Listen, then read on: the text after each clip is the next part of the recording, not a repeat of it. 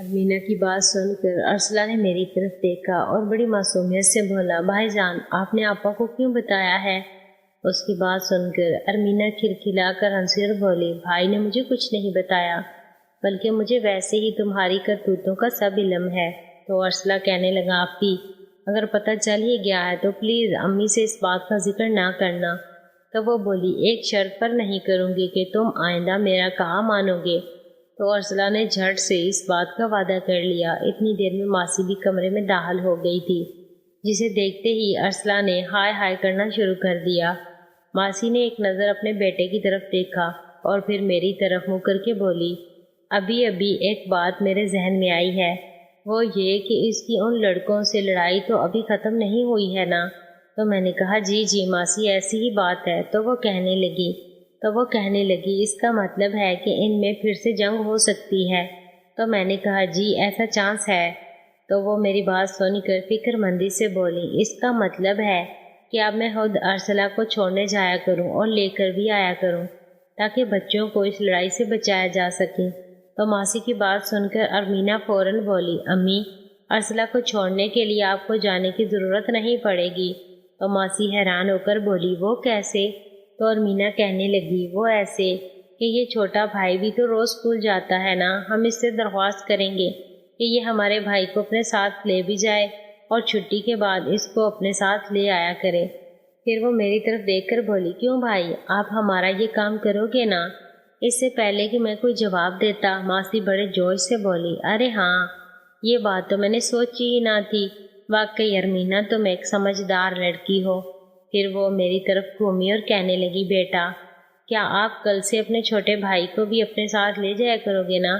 تو میں نے ایک نظر ارسلہ پر ڈالی اور پھر ارمینا کی طرف دیکھا، بولا، جو آپ کا حکم ماسی۔ اور ماسی نے خوش ہو کر میرا ماتھا چوم لیا اور بولی، شکریہ بیٹا، اب میری ساری فکر دور ہو گئی ہے۔ اسی دوران ماسی کے گھر میں محلے کی 2-4 عورتیں داخل ہوئیں اور سیدھا ارسلہ والے کمرے میں آ گئیں اور پھر ماسی سے مخاطب ہو کر بولی کہ انہوں نے ابھی سنا ہے کہ ارسلہ کو کسی نے بہت پیٹا ہے۔ انہوں نے یہ بات کی اور پھر سیدھی ارسلہ کے پاس چلی گئیں اور اس سے اس کا حال احوال دریافت کرنے لگیں۔ ان خواتین کو دیکھ کر میں نے ان کے لیے جگہ خالی کی اور میں جو ارسلہ کے بیڈ کے پاس کھڑا تھا وہاں سے ہٹ کر تھوڑا پیچھے کھڑا ہو گیا، جبکہ ان خواتین میں سے کچھ تو پاس پڑی کرسی پر اور کچھ ارسلہ کے پاس بیڈ پر بیٹھ گئیں۔ اب صورتحال یہ تھی کہ ہمارے آگے لیڈیز بیٹھی بڑی ہمدردی سے ارسلہ کے ساتھ پیش آئے واقعات کو کچھ ماسی اور کبھی ارسلہ کی زبانی سن رہی تھیں، جبکہ میں اس سے تھوڑی دور کھڑا تھا۔ میرے سے کچھ فاصلے پر ارمینا کھڑی تھی۔ اب میں نے ایک نظر لیڈیز اور ماسی کو دیکھا تو وہ سب آپس میں بزی نظر آئیں۔ پھر میرے دماغ میں ایک بات آئی اور میں ان لیڈیز کی طرف دیکھتے ہوئے تھوڑا کھسک کر ارمینا کے پاس کھڑا ہو گیا۔ ارمینا نے بھی ایک نظر میری اس جسارت کو دیکھا لیکن کچھ نہ بولی، نہ ہی اس نے کوئی ہل جل کی۔ یہ دیکھ کر میں تھوڑا سا اور اس کی طرف بڑھ گیا اور پھر کرتے کرتے میں ارمینا کے ساتھ بالکل جڑ کر کھڑا ہو گیا اور پھر ایک نظر لیڈیز کی طرف دیکھا تو وہ بڑے زور و شور سے باتیں کرنے میں لگی ہوئی تھی۔ ان کا جائزہ لینے کے بعد میں نے کھڑے کھڑے اپنا ایک ہاتھ ارمینا کے ہاتھ سے ہلکا سا ٹچ کر دیا اور پھر اس کے رد عمل کا جائزہ لینے لگا، اور پھر جب وہاں سے کوئی رسپانس نہ ملا تو میں نے ایک قدم آگے بڑھنے کا فیصلہ کیا اور دوبارہ اپنا ہاتھ اس کے ہاتھ کے ساتھ ٹچ کر دیا اور ارمینا کے رد عمل کا انتظار کرنے لگا۔ لیکن جب وہاں سے کوئی رد عمل نہ آیا تو کچھ دیر بعد میں نے اپنا وہ ہاتھ ان کے ہاتھ پر رکھ دیا۔ مزے کی بڑی ہی تیز لہر اٹھی جو میرے سارے جسم میں سرایت کر گئی اور میں نے جلدی سے ارمینا کا ہاتھ پکڑ لیا اور اس پر ہلکا ہلکا مساج کرنے لگا۔ پھر میں نے اس کی طرف دیکھا تو وہ بظاہر عورتوں کی طرف متوجہ تھی، چنانچہ اب کی بار میں نے ارمینا کی ایک انگلی کو پکڑا اور اس پر اپنی شہادت کی انگلی پھیرنی شروع کر دی اور دوبارہ چوری چوری اس کی طرف دیکھا، لیکن وہاں ایک طویل خاموشی تھی اور اس کی یہ خاموشی میری ہلا شیری میں مسلسل اضافہ کر رہی تھی۔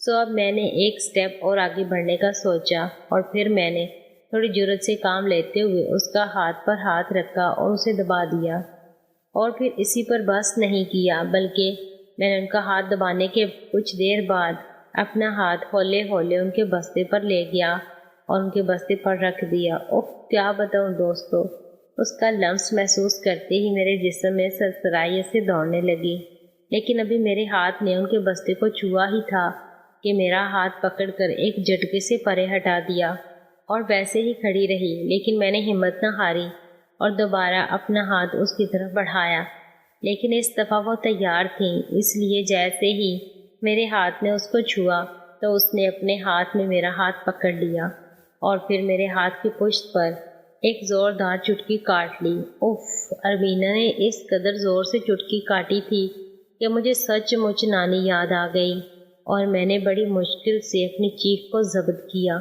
اور اپنے ہاتھ کو چھنکاتے ہوئے بڑی مسکین سی شکل بنا کر اس کی طرف دیکھا تو وہ سامنے کی طرف منہ کر کے ایسے دیکھ رہی تھی کہ جیسے کچھ ہوا ہی نہیں تھا۔ تاہم جب اس کی نظر میرے رونے والی شکل پر پڑی تو میں نے دیکھا کہ ارمینا اپنا منہ دوسری طرف کر کے مسکرا رہی تھی۔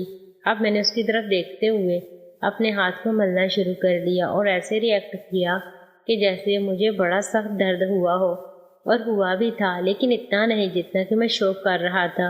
اور پھر جیسے ہی ارمینا نے میری طرف دیکھا تو میں نے اور زیادہ درد میں مبتلا ہونے کی ایکٹنگ شروع کر دی اور خواہ مخواہ برے برے منہ بنا کر اپنا چٹکی والا ہاتھ ملنے لگا۔ میرا تیر نشانے پر لگا اور اس کے چہرے پر مجھے کچھ تشویش کے آثار نظر آئے، لیکن وہ ایسے ہی کھڑی رہی۔ لیکن کچھ ہی دیر بعد مجھے ان کا ہاتھ اپنی چٹکی والی جگہ پر محسوس ہوا۔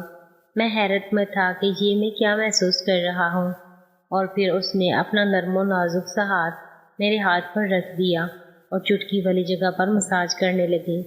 اس کا یوں میرے ہاتھ پر اپنا نرم ہاتھ رکھ کر مساج کرنے سے میری روح تک تو اس کی مسائی نہ گئی، ہاں میری آوارگی ضرور جاگ گئی، جسے میں نے بڑی مشکل سے قابو کیا اور یہ بات بھی اچھی طرح محسوس کر لی کہ ارمینا راضی ہے، یا یہ بھی ہو سکتا ہے کہ یہ میری خوش فہمی ہو، جیسے بقول شاعر زندگی تم نے کب وفا کی ہے، اپنی خوش فہمی ہی بلا کی ہے، اور اس کی بلا کی خوش فہمی کا میں اور میری آوارگی دونوں شکار ہو چکے تھے۔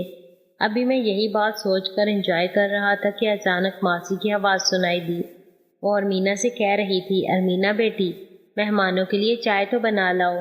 ہر چند کے آنے والی لیڈیز نے بہت کہا کہ چائے رہنے دیں، ہم ابھی پی کے آئی ہیں، پر ماسی نہ مانی اور ارمینا کو جانے کا اشارہ کیا، اور میں نے ارمینا کو کچن کی طرف جاتے دیکھ کر دل ہی دل میں ماسی کو 100 کروڑ گالیاں دینے لگا کہ اگر ارمینا کو تھوڑی دیر بعد کہہ دیتی تو، پر مجھ غریب کی یہاں سننے والا کون تھا، سو چپ چاپ رہا اور ماسی کی طرف دیکھ کر اسے منہ ہی منہ میں گالیاں دیتا رہا۔